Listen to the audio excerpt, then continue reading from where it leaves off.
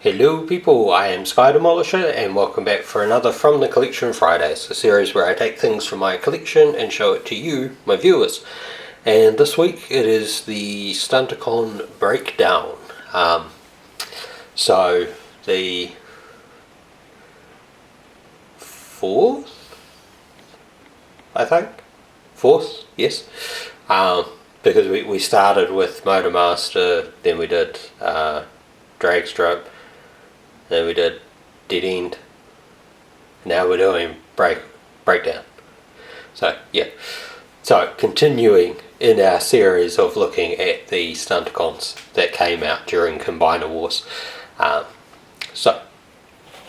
He is a white, I wouldn't say a Lamborghini, but you know, like a white sports car, much like he was. Now, I don't know if it's going to show up or not, but it is kind of yellowed. It's not super yellowed like some other people's ones might be. Unfortunately, he comes from that era where, you know, they skimped on the well, when have they not skimped on the plastic? But yeah, there was a nasty habit of yellowing. Anyway, so I think he actually has probably one of the best facial sculpts of the Stunticons. Like, it's really quite hard to see, but he's got really nice blue eyes for the figure, and it works well with the orange face. So quite accurate to the cartoon, I believe. You've sort of got a double elbow on this one, so you've got like the ball joint and then an extra sort of 90 degrees there. So, because of how he transforms, he actually has better arm articulation. Ball joint at the shoulder, can do the full Exorcist 360, and I believe part of that is because of his transformation. I think one part that I think is kind of sad is the whole, like the very sort of, like, when you get it like that, he looks normal. But a lot of the times, the legs will fall down a bit. So he's got this really sort of extended torso thing.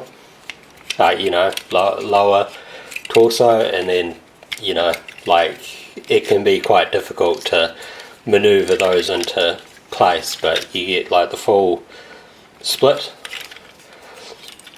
Really good forward. The back is sort of like that. I mean, you have to kind of clip it around there with the leg, but because of how the transformation there works as well, he sort of gets that extended thing.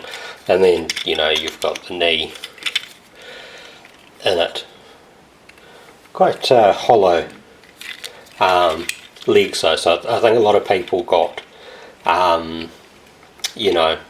kits to fill that in and stuff. But I think they've done a nice job with like the paint applications and all that, and you can use the fins on the back to give them a bit more stability if you need to. Really nice chromed wheels and stuff. And he does have, like his proper sort of G1 looking front. Does have articulation at the waist as well, and his Decepticon insignia is over this side, and so it's sort of sad that they all kind of came with quite small insignias, but yeah, like at least they have them. So all around, I think he's quite a neat figure. Like I said, you can use those spoilers on the back there to give him a bit more stability, which I think he kind of needs at times. But all around, pretty cool figure. I really like the paint scheme of him, and all of that. I think he's quite neat and stuff. And I also like that they've got that sort of greebling in there. Instead of just having it, solid, and that they've like moulded an actual fist, not that the fist moves.